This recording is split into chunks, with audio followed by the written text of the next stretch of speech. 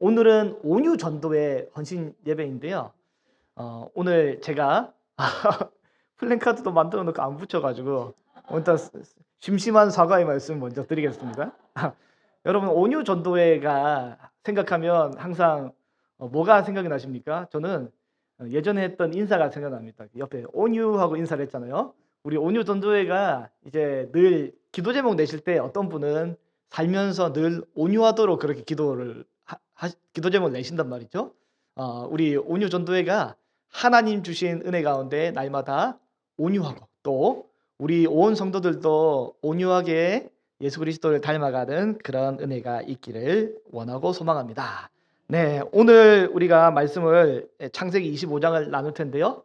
순간의 유익, 영원한 유익이란 제목으로 말씀을 함께 나누도록 하겠습니다. 우리 주중에 매일 성경을 묵상하신 분은 아시겠지만 이삭이 어떤 사람입니까? 이삭은 엄청나게 복을 많이 받은 사람입니다.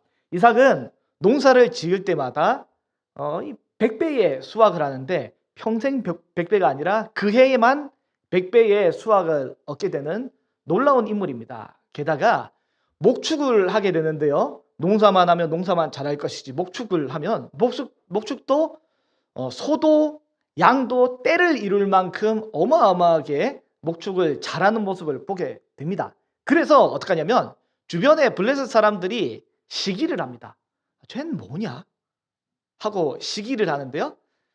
여러분, 고대 사회에는 그 물이 생명이거든요. 이 고대 근동 지역은 다 가나안 지역도 그렇고 건조한 지역이기 때문에 물이 생명인데 늘 물이 필요하단 말이에요. 그래서 애굽은 물이 늘 흐르겠지만 가나안 땅은 물이 없기 때문에 우물이 중요합니다. 근데 이삭 같은 경우에는 이동하면서 땅을 팠더니 우물이 나와요. 그래서 이 좋은 우물이 그냥 쉽게 쏟아지는 걸 보고 주변 사람들이 또 시기를 한단 말이죠. 그래서 빼앗아 갑니다. 근데 이삭은 양보하고 또 이동을 하죠. 이동하고 또 우물을 팠더니 우물이 콸콸콸 나옵니다. 그런데 또 빼앗아 가죠. 또 양보합니다. 그런다 옆에서 또 우물을 파는데 우물이 또 콸콸콸 나와요. 그래서 몇 번 반복하다 보니까 주변 사람들이 깨닫습니다. 블레셋 사람들이 깨닫습니다. 저 사람 보통이 아니다. 저 사람은 하나님이 함께 계신 사람이구나. 그래서 우리가 건들면 안 되겠구나라고 하며 약조를 맺습니다. 오늘 창세기 26장 28절 우리 본문을 한번 같이 읽어볼까요? 세 번역입니다. 시작. 그들이 대답하였다. 우리는 주님께서 당신과 함께 계심을 똑똑히 보았습니다. 그래서 우리는 우리와 당신 사이에 평화조약을 맺어야 하겠다고 생각합니다. 이제 우리는 당신 사이에 언약을 맺읍시다. 29절. 우리가 당신을 건드리지 않고 당신을 잘 대하여 당신을 평안히 가게 한 것처럼 당신도 우리를 해롭게 하지 마십시오.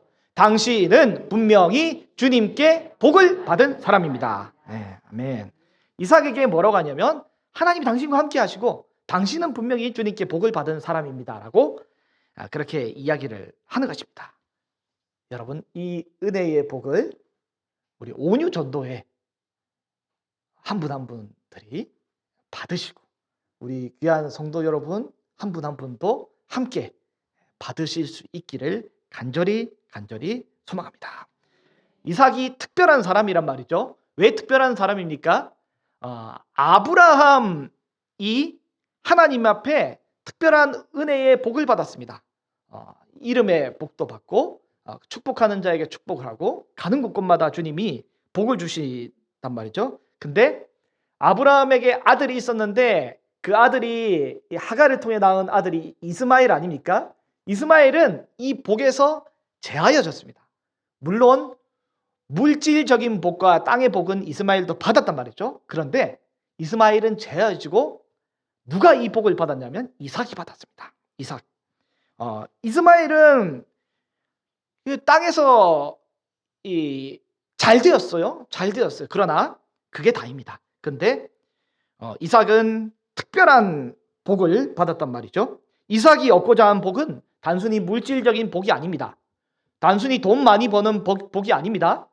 갈라디아서 3장에 나오는 믿음에 속한 자, 즉 아브라함의 자녀가 믿음에 속한 자인데 아브라함의 자녀는 딱 한 명밖에 없다고 얘기하거든요. 아브라함은 자녀가 한 명밖에 없는데 그 자녀는 바로 이스마엘도 이삭도 아닌 바로 갈라디아서에는 예수 그리스도라고 합니다.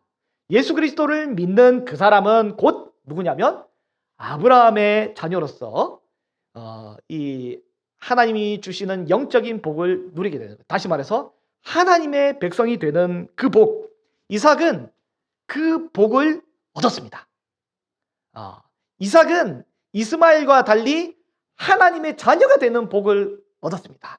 그래서 놀라운 은혜의 복을 구약 성경에는 우리에게 가시적으로 드러나도록 눈에 보이도록 알려주시는 것이 이삭이 농사를 지어도 목축을 해도 땅을 파도 우물이 콸콸콸 흘러나오는 그 복을 받았다는 것을 보여주시는 거죠. 여러분, 그 복이 놀라운 복이 있단 말이죠.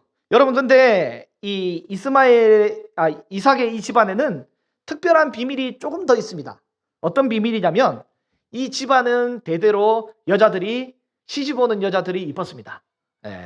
사라도 이뻤고 그리고 리브가도 이뻤고 라헬도 이뻤고 성경에는 뭐냐면 정말이지 이쁘고 이뻤더라라고 기록할 만큼 엄청나게 이쁘다라고 되어 있습니다. 여러분, 우리 교회는 어떻습니까? 우리 교회는 은혜롭습니다. 네, 우리 교회는 마음이 참 이쁘잖아요. 성경은 그 마음으로 그림 언어로 이렇게 해석을. 그리고 또 하나의 비밀이 있습니다. 이 여자들이 이쁘긴 한데 죄송하지만 안타깝게도 모두 불임의 문제를 겪습니다. 농사는 이삭처럼 100배, 목축도 소떼 양떼를 이루고 우물을 팠다 하면 콸콸콸한데 이상하게도 이 자녀의 문제는 자녀는 그냥 태어나지 않습니다. 하나님 복을 주셨는데 자녀는 그냥 태어나지 않습니다. 언제 태어납니까? 기도할 때 태어났습니다. 자녀가 기도할 때 태어납니다. 여러분, 이 집안의 자녀는 그냥 태어나지 않고 기도할 때 태어났습니다. 여러분, 농사는 잘 되는 게 중요하잖아요. 여러분, 자식 농사가 잘 되는 거는 뭡니까? 자식을 10명 낳았다고 자식 농사를 잘 지었다라고 하는 거 아닙니다. 자식 농사를 잘 지었다라는 것은 뭐냐면 제대로 온전히 사람답게 잘 키웠을 때 자식 농사를 잘 지었다라고 하는 거 아닙니까? 이처럼 복되게 자녀를 생산하는 것은 많이 생산하는 것이 아니라 하나님의 사람으로 온전하게 생산하는 것이 잘 생산하는 거 아닙니까? 아브라함의 집안의 여인들은 그래서 그냥 아이를 낳지 않습니다. 아이를 낳을 때 반드시 간절히 기도하여서 간절히 기도해서 그 기도를 통과할 때 그때 아이가 생겼습니다. 먼저 이삭이 기도를 하거든요. 오늘 본문 21절 말씀입니다. 이삭이 아내가 임신하지 못함을 알고 여호와께 간구하고 기도합니다. 그랬더니 여러분, 그의 아내 리브가가 어떻게 합니까? 임신을 드디어 하기 시작합니다. 네. 여러분, 우리에게 어떠한 문제가 발생하고 결핍의 문제가 발생하고 이 안 될 때 여러분, 나는 저주받은 사람이구나라고 생각하지 마시기 바랍니다. 아브라함이 이삭이 복을 받은 것처럼 리브가도 이 집안에서 복을 받았지만 문제는 뭐냐면 이 기도할 때 이 복이 임했단 말이죠. 그렇기 때문에 나에게 문제가 발생할 때 여러분, 우리는 나는 저주를 받은 사람이구나 생각하지 마시고 하나님이 나에게 기도를 시키시는구나 라는 것을 깨달으시기를 바랍니다. 네, 온유전도회 회원님들, 기도하실 때가 되었습니다. 기도하실 때가 되었어요. 하나님이 기도를 시키십니다. 기도하실 때가 되었단 말이죠.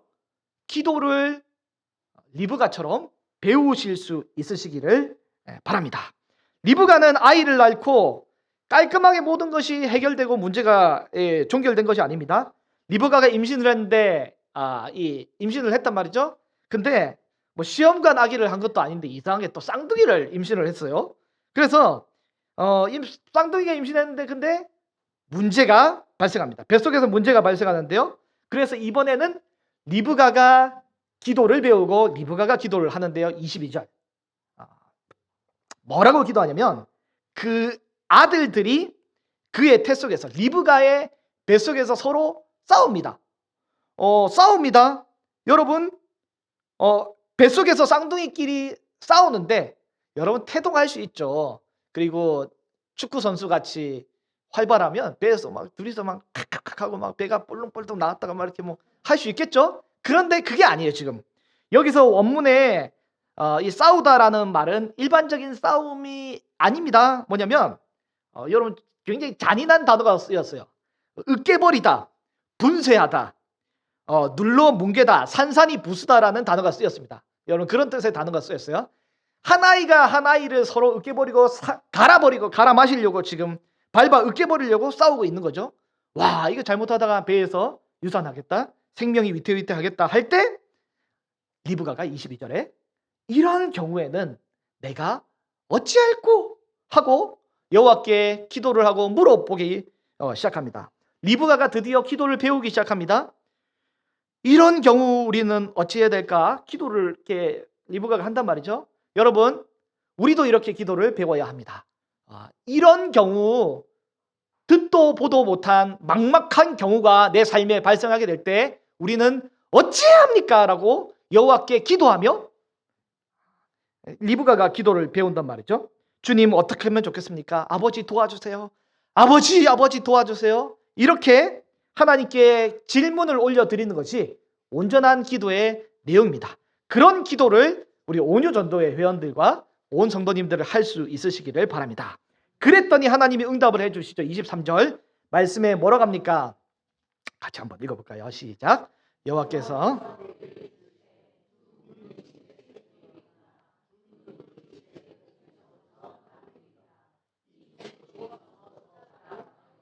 큰 자가 어린 자를 섬기리라 하셨다. 아멘. 하나님이 리브가에게 답을 주세요. 걱정하지 마. 네 뱃속의 인물들은 보통 인물들이 아니야. 둘 다 한 민족의 지도자로서 두 국민이 내 태중에 있기 때문에 네 배가 감당하지 못하고 이렇게 요동치고 있으니 걱정하지 마. 근데 이 족속이 저 족속보다 강하고 중요한 것이 뭐냐면 큰 자가 어린 자를 섬기리라 라고 이야기를 해주십니다. 다시 말해서 나중에 이 상속권을, 장자권을 어린 자가 큰 자로부터 넘겨받게 된다라는 것을 지금 알려주고 계십니다. 여러분, 큰 형님 에서가 어린 야곱을 섬기게 되리라고 알려주고 계신 거죠. 여러분, 하나님이 알려주셨습니다. 이걸 알려주시면 어떻게 합니까? 하나님이 이 주일 예배를 통해 혹은 큐티를 통해 나에게 특별한 메시지를 주셨단 말이죠. 그러면 어떻게 됩니까? 아멘 하고 이제 내 마음의 창고에 깊이 묵혀두고 문을 잠궈버리면 될까요? 안 될까요? 안 되잖아요. 아내에게, 남편에게, 또 가족에게 이야기를 하는 것이 맞습니다. 그런데 이 중요한 이야기를 리브가는 이삭에게 알려주지 않습니다. 부부간에 대화를 해야 되는데 어디를 봐도 오늘 본문에 이 리브가가 이삭이 이 사안에 대해서 대화했다라는 것이 성경에 기록되어 있지 않습니다. 왜 얘기를 안 했는지 모르겠어요. 얘기를 하면 얼마나 가정이 화평하고 좋았을 뻔했는데 왜 이야기를 안 했는지 모르겠습니다. 여러분, 아마도 이 리브가는 굉장히 내향적이었던 것 같아요. 숨김이 좀 있었던 것 같습니다. 이삭이 이 들판에서 부엘라 헤로이 들판에서 리브가를 처음 만났을 때 리브가는 저 사람이 누구예요? 하다가 저 사람은 바로 내 주인 이삭입니다. 하자마자 뭘 했습니까? 얼굴을 가렸습니다. 네, 얼굴을 가렸어요. 숨깁니다. 이 MBTI의 I 성향인지 뭔지 모르겠어요. 이렇게 내가 어떻게 이렇게 얘기를 안 했어요. 그런데 앞선 부부 아브라함과 사라는 굉장히 이야기를 많이 했습니다. 대화를 많이 했습니다. 하갈의 아들 이스마엘 때문에 가정 내에 문제가 생기고 이스마엘이 이삭을 희롱했잖아요. 예, 그러니까 문제가 생기자마자 뭘 했냐면 사라가 아브라함과 엄청나게 다툽니다. 성경에서 제일 부부 싸움을 많이 한 부부가 바로 아브라함과 사라인 것 같은데 이 부부 싸움에 할애된 본문이 너무 커요. 너무 많아요. 근데 문제는 뭐냐면 이 싸움이 단순히 비난과 원망이 아니라 대화였습니다. 대화로 풀어가는 이걸로 한단 말이죠. 다시 싸우고 서로 상의하고 또 싸우고 서로 상의하면 결국에 하나님 앞에 기도하면서 의사결정을 하게 됩니다. 우리 결혼하고 온 우리 단이자매와 권영 형제도 가끔씩 싸우더라도 대화를 많이 하시고 하나님 앞에 합의된 것으로 기도를 많이 할 수 있는 은혜가 있으시길 바랍니다. 단이자매 너울 쓰고 말 안 하면 안 돼요. 네, 말하셔야 됩니다. 네, 알겠습니다. 어쨌든 대화를 해야 됩니다. 대화를. 결국에 이 아브라함과 사라는 어떻게 했습니까? 기도 응답으로 이스마엘을 피치 못하게 눈물 나게 쫓아내고 이삭이 상속권을 얻게 됩니다. 이게 정상적인 부부의 대화이고 모습입니다. 그러나 리브가는 이 중요한 사안을 이삭에게 말하지 않습니다. 대화를 하지 않습니다. 그래서 이 마찰이 계속해서 이어지게 되는데요. 이미 뱃속부터 큰 자와 어린 자, 이 에서와 야곱 간의 상속권 전쟁이 뱃속부터 벌어지기 시작하였습니다. 본문 24절. 그 해산할 기한이 찬즉 태에 쌍둥이가 있었는데 25절을 여러분 한번 읽어보겠습니다. 시작.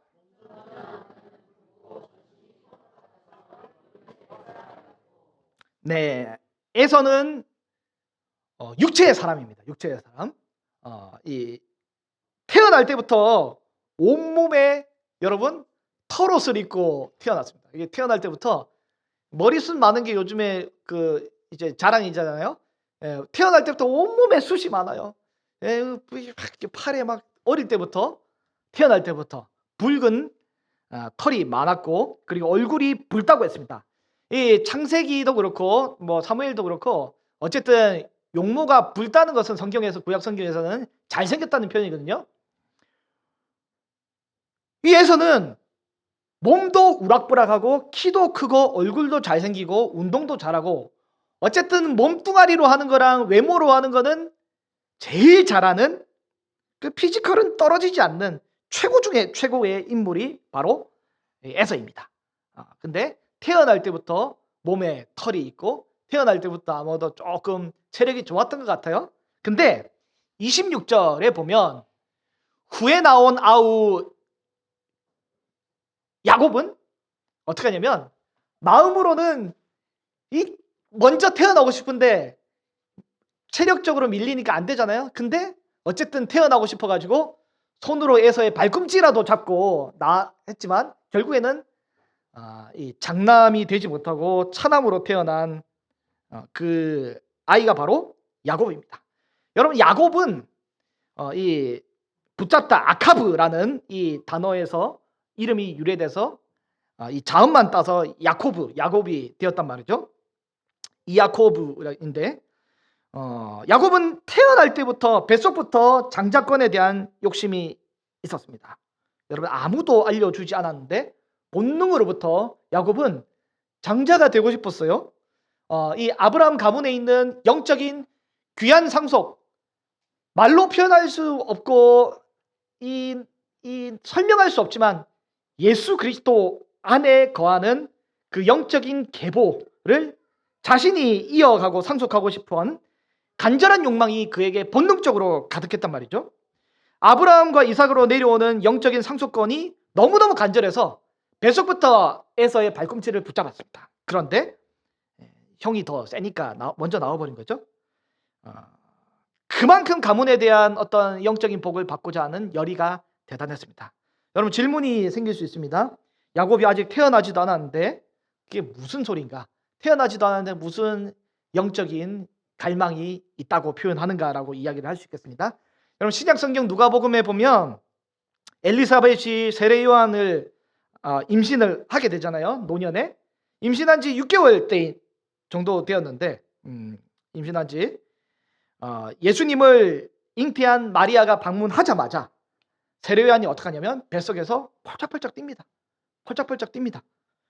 그래서 이를 누가복음에서는 뭐라고 하냐면 모태로부터 성령의 충만함을 받은 인물이 바로 세례 요한이다라고 증언하고 있습니다. 여러분이 로마서 9장을 보면 하나님께서 야곱과 에서를 태어나기도 전에 이미 야곱은 사랑하고 에서는 미워했다라고 기록하고 있습니다. 야곱은 태어나기도 전에 이미 하나님께서 주신 영적인 본능으로 장자권을 얻고 싶은 뜨거운 신앙이 그에게 생겼습니다. 그리고 그는 무조건 이 장자권을 얻어서 내가 첫째가 되어야겠다, 장자가 되어야겠다라는 열의를 가지고 형의 발꿈치를 붙잡고라도 장자가 되고 싶어 했으나 힘으로는 육체파 에서를 이길 수 없기 때문에 결국 나중에 태어났지만, 알고 보니 예언에 나중에 태어난 이 이제 아들이, 후에 태어난 아들이 상속을 받게 된다라고 예언을 하나님이 해주셨지 않습니까? 어쨌든 야곱은 상속자가 되고 싶어 했는데 그것은 아브라함의 영적 상속자가 되고 하나님의 백성이 되고 싶고 예수 그리스도를 얻고 싶은 그 영적인 본능이 이 야곱에게 있었던 것입니다. 여러분, 우리 질문 드리겠습니다. 온유 전도회 회원님들, 그리고 온 성도님들, 우리는 야곱이 가진 이런 영적인 갈망과 하나님 나라를 얻고 싶고 예수 그리스도를 얻고 싶은 이런 영적인 본능이 우리에게 여러분 있습니까? 여러분, 우리에게 이 열정과 간절함이 있기를 간절히 소망합니다. 여러분, 이 열정과 간절함은 사람에게서 나오지 않습니다. 사람에게 나오지 않습니다. 성령으로 충만하게 올라오는 이 열정은 하나님이 주신 선물이지 사람이 만들어낼 수 없습니다.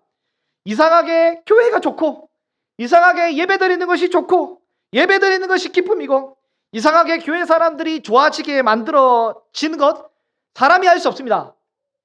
하나님이 주신 선물입니다. 야곱은 모태로부터 이것을 가지고 태어나게 되었단 말이죠. 여러분, 우리의 자녀들이 태어날 때부터 이런 그 교회를 사랑하고 하나님을 사랑하고 예배를 사랑하는 이 마음으로 하나님이 태어나고 자라게 해주신다면 이 얼마나 좋겠습니까? 하나님이 우리에게 그런 은혜를 줄 수 있기를 소망합니다. 여러분, 이삭이 40세에 결혼을 하게 되었고 지금 오늘 본문 마지막에 보면 60세가 되어서 쌍둥이를 낳았다고 되어 있습니다. 20년, 결혼 20년 된 부부입니다. 혹시 결혼 20년 된 부부 계십니까? 예, 마음으로만 손을 들어주시고, 모르겠습니다. 안 계시죠? 안 계시나요? 네.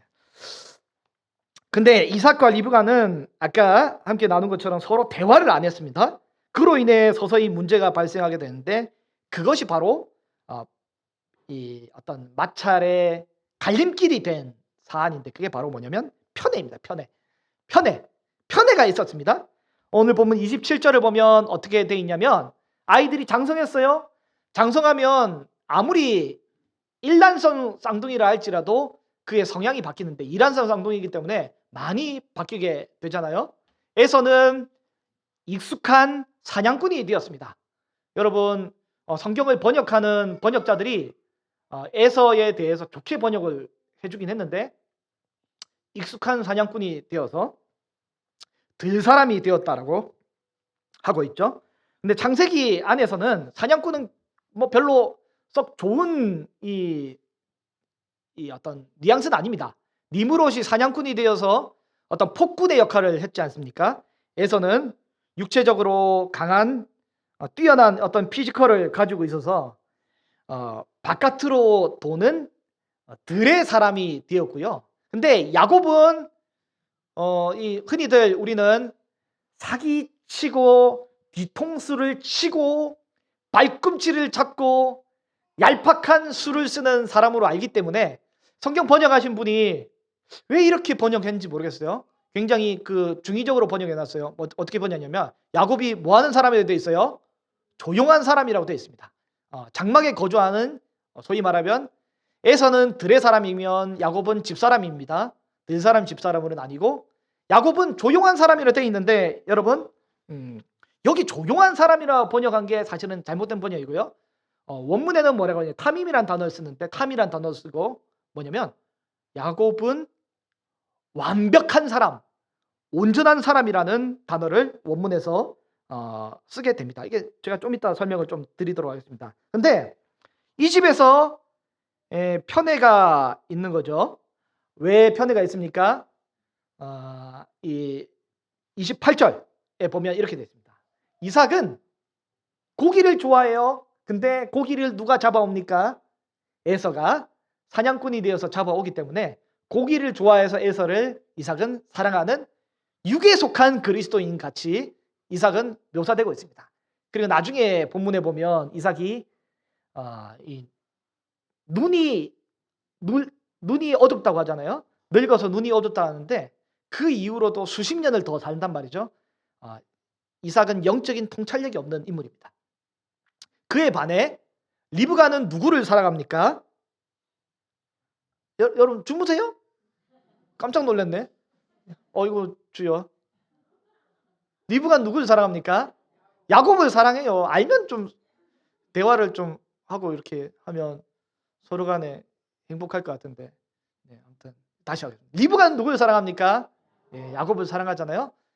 리브가는 본문에는 나오지 않지만 전후 맥락을 살펴볼 때 하나님께 받은 예언 때문에 이 동생인 야곱을 더 사랑한 것으로 추정할 수 있습니다.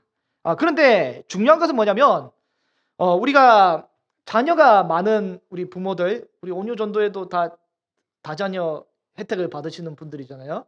그리고 우리 교회는 이상하게 다산의 영이 흘러가지고 자녀를 많이 이렇게 낳게 되던데, 자녀가 많은 부모는 여러분 아직은 저는 한 명이기 때문에 지금 다음번에는 얘기를 못할 수 있는데 한 명이기 때문에 얘기할 수 있을 것 같아요.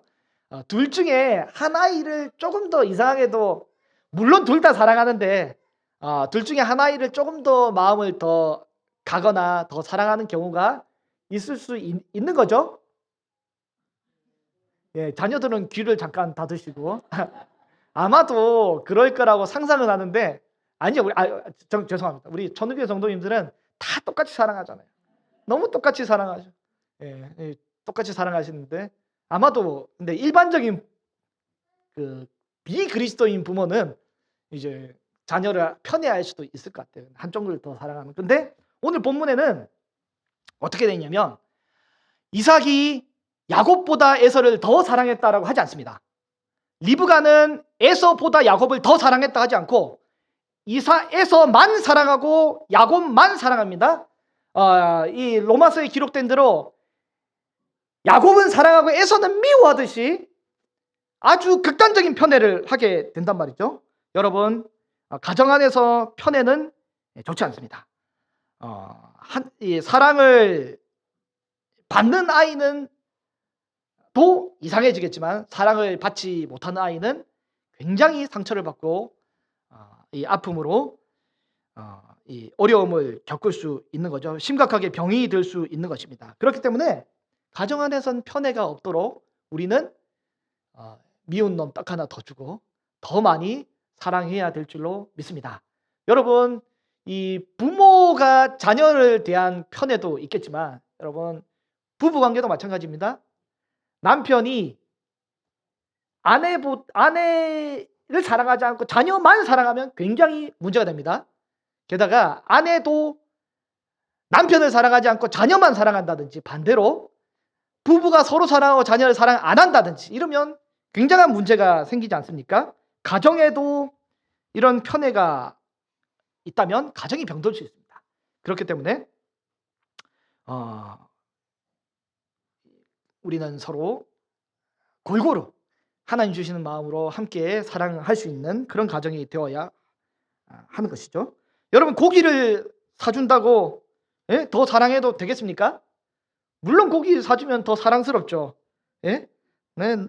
나와 함께 이 리브가가 야곱을 사랑하듯이 집에서 머물러 있고 나와 함께 교회를 더 잘 다니고 신앙생활을 더 같이 많이 한다고 그 자녀만 더 사랑하는 것이 아니라 모두 다 사랑하는 것입니다.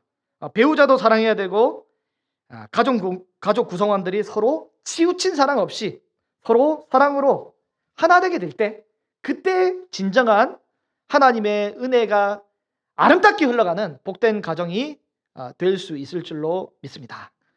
그런데 시간이 흐르고 흐르면서 어릴 때는 몰랐어요. 근데 나이가 들다 보니까 심각한 변화가 생깁니다. 가문에 흐르는 이 상속권을 간절히 사모한 야곱과 상속권을 하찮게 여기고 원문에 보면 경멸하고 싫어하는 이 에서가 확연하게 차이가 나게 됩니다. 어릴 때는 몰랐는데 주일학교를 지나고 청년이 되니 하나님을 사랑하는 아이와 그렇지 않은 아이가 구별이 되게 되는 거죠. 형 에서는 가문에 흘러오는 이 다른 집안과 다른 우리 집안만에 있는 특별한 비밀, 특별한 보물이 있는 이 상속권을 형에서는 굉장히 가볍게 여깁니다. 가볍게 여깁니다. 근데 원문에는 아주 경멸하고 이 업신여겼다라고 되어 있습니다. 이 무슨 말이냐면 엄마가 다니는 교회, 엄마가 믿는 예수님, 나는 안 믿을래. 나는 그런 신앙 필요 없어라고 그렇게 에서는 가지고 있는 거죠. 그러나 동생 야곱은 상속권을 간절히 사모하게 됩니다. 그래서 무슨 수를 써서라도 이 장자권을 획득하고자 이 야곱은 작전을 짜게 됩니다. 오늘 29절부터 작전이 시작됩니다. 29절 말씀을 같이 한번 읽어볼까요? 시작.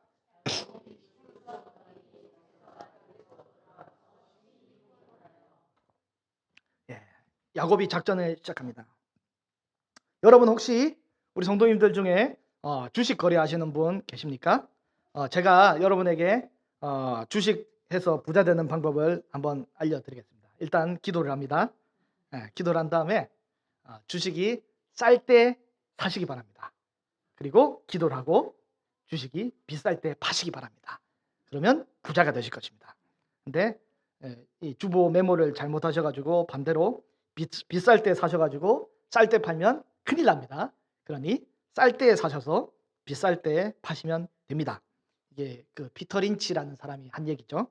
여러분, 저는 죄송하지만 어떤 종목이 싼지 비싼지 전혀 모르니까 저한테 물어보실 필요가 없고요. 여러분, 근데 야곱은 이 가치의 원리를 굉장히 잘 알고 있습니다. 가치의 원리를 굉장히 잘 알고 있습니다.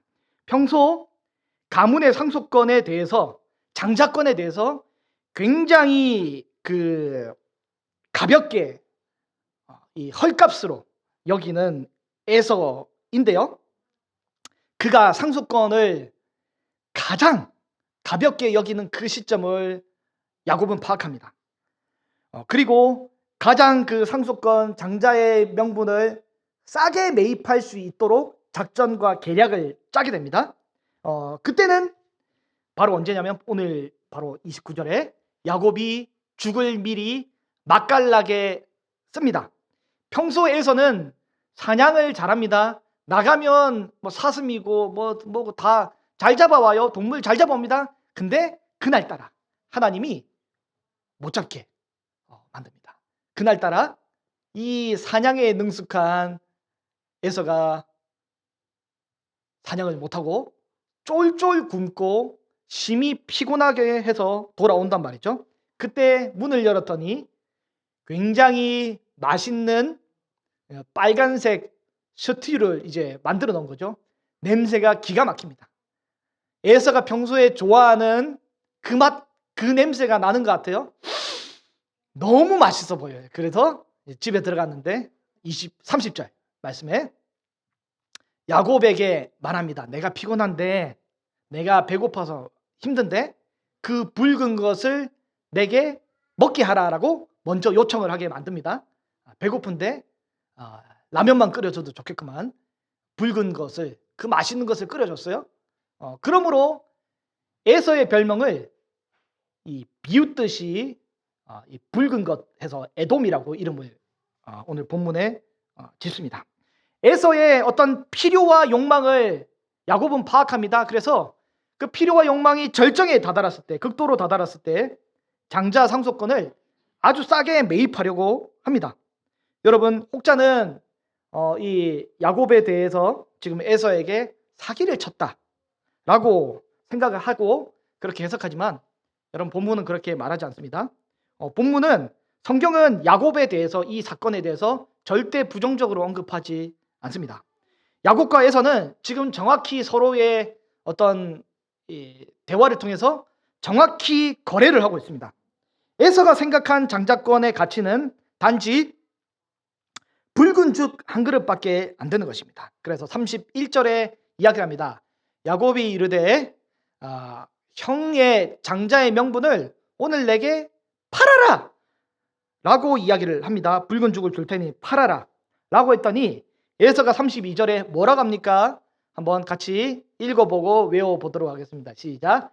에서가 이르되 내가 죽게 되었으니 이 장자의 명분이 내게 무엇이 유익하리요? 이 죽게 되었는데 장자의 명분 필요 없다 라고 하며 먹을 것을 달라고 하는 것입니다.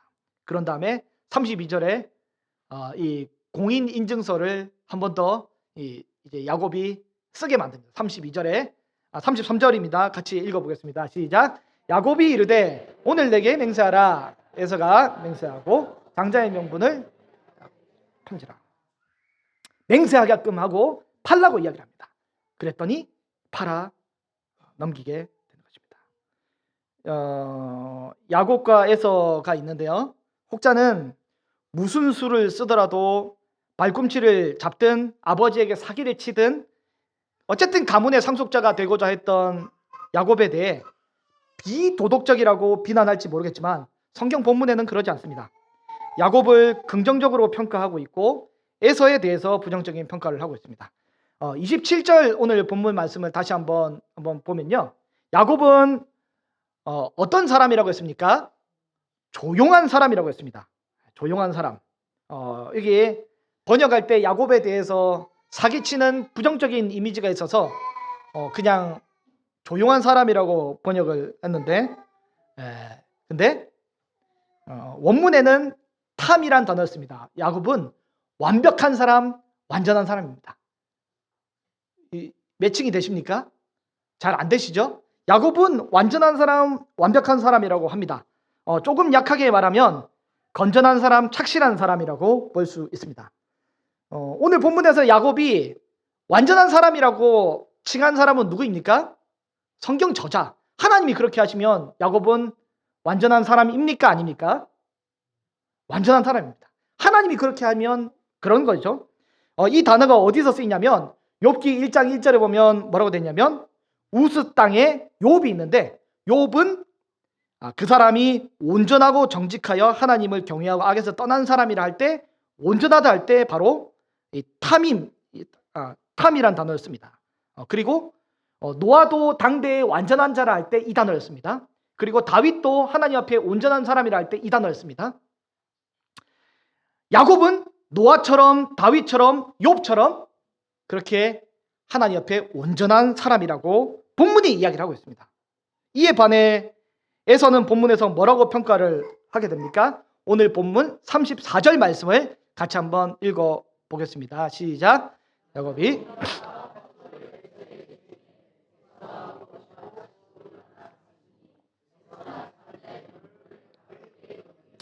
에서는 장자의 명분을 가볍게 여겼다라고 하고 있습니다. 여기서 가볍게 여겼다라는 것도 굉장히 에서를 피해자의 입장에서 좋게 번역을 해줬는데요. 원래 가볍게 여기다라는 단어가 바자라는 단어를 쓰는데 멸시하다, 경멸하다라는 뜻입니다. 에서는 장자권에 대해서 멸시하고 경멸하면서 업신여겼다라고 본문에서 묘사하고 있는 것입니다. 야곱과 에서는 지금 합법적인 거래를 하고 있습니다. 야곱은 가문의 상속권을 목숨을 걸고라도 쟁취하고 싶은 욕망이 있고 에서는 이 아브라함과 이삭으로부터 내려오는 거룩한 상속권을 경멸하고 멸시하고 있습니다. 하찮게 여기고 있단 말이죠. 천국은 마치 밭의 감추인 보화인데 이 야곱은 그 밭을 얻어내기 위해서 자신의 모든 것을 팔아서라도 사고자 하는 사람이고 에서는 그 밭에 보화가 있지만 봐도 보화인지 모르고 그냥 그 밭을 헐값에 넘기게 되는 사람입니다. 그 보화가 뭡니까? 바로 예수 그리스도 아닙니까? 우리가 보기에는 사기치는 것처럼 보이지만 성경은 그렇게 표현하지 않습니다. 성경은 합법적인 거래로 보고 있습니다. 여러분, 말씀을 좀 정리하겠습니다. 야곱이 그토록 얻고 싶어 했던 가문의 상속권은 무엇입니까? 물질의 복이 아닙니다. 바로 하나님 나라 백성이 되고 예수 그리스도를 얻게 되고 예수 그리스도의 족보에 들어가는 그것이 바로 이 야곱이 그토록 얻고 싶은 상속권이었습니다. 여러분, 우리는 오늘날 야곱보다 더 큰 은혜의 일을 누리고 있습니다. 누구든지 예수 그리스도를 믿고 세례를 받고 이 교회 공동체 안에 소속되면 하나님의 자녀가 되는 권세를 이 하나님이 우리에게 허락해 주셨습니다. 수많은 족보 중에 일부가 아니라 하나님의 자녀가 되는 그 족보를 우리에게 허락해 주신다라고 말씀하고 있습니다. 무슨 수를 써서라도 야곱의 복을 얻어내고 무슨 수를 써서라도 하나님이 백성이 되고자 했던 그 열망과 갈망, 야곱이 가지고 있는데, 그래서 성경에서는 그를 온전한 자, 완벽한 자라고 칭하고 있습니다. 여러분, 오늘 전도회 회원님들과 우리 온 성도님들이 하나님 나라를 얻고자 하는 갈망으로 똘똘 뭉친 완벽한 자, 그리고 온전한 자 될 수 있기를 간절히 소망합니다.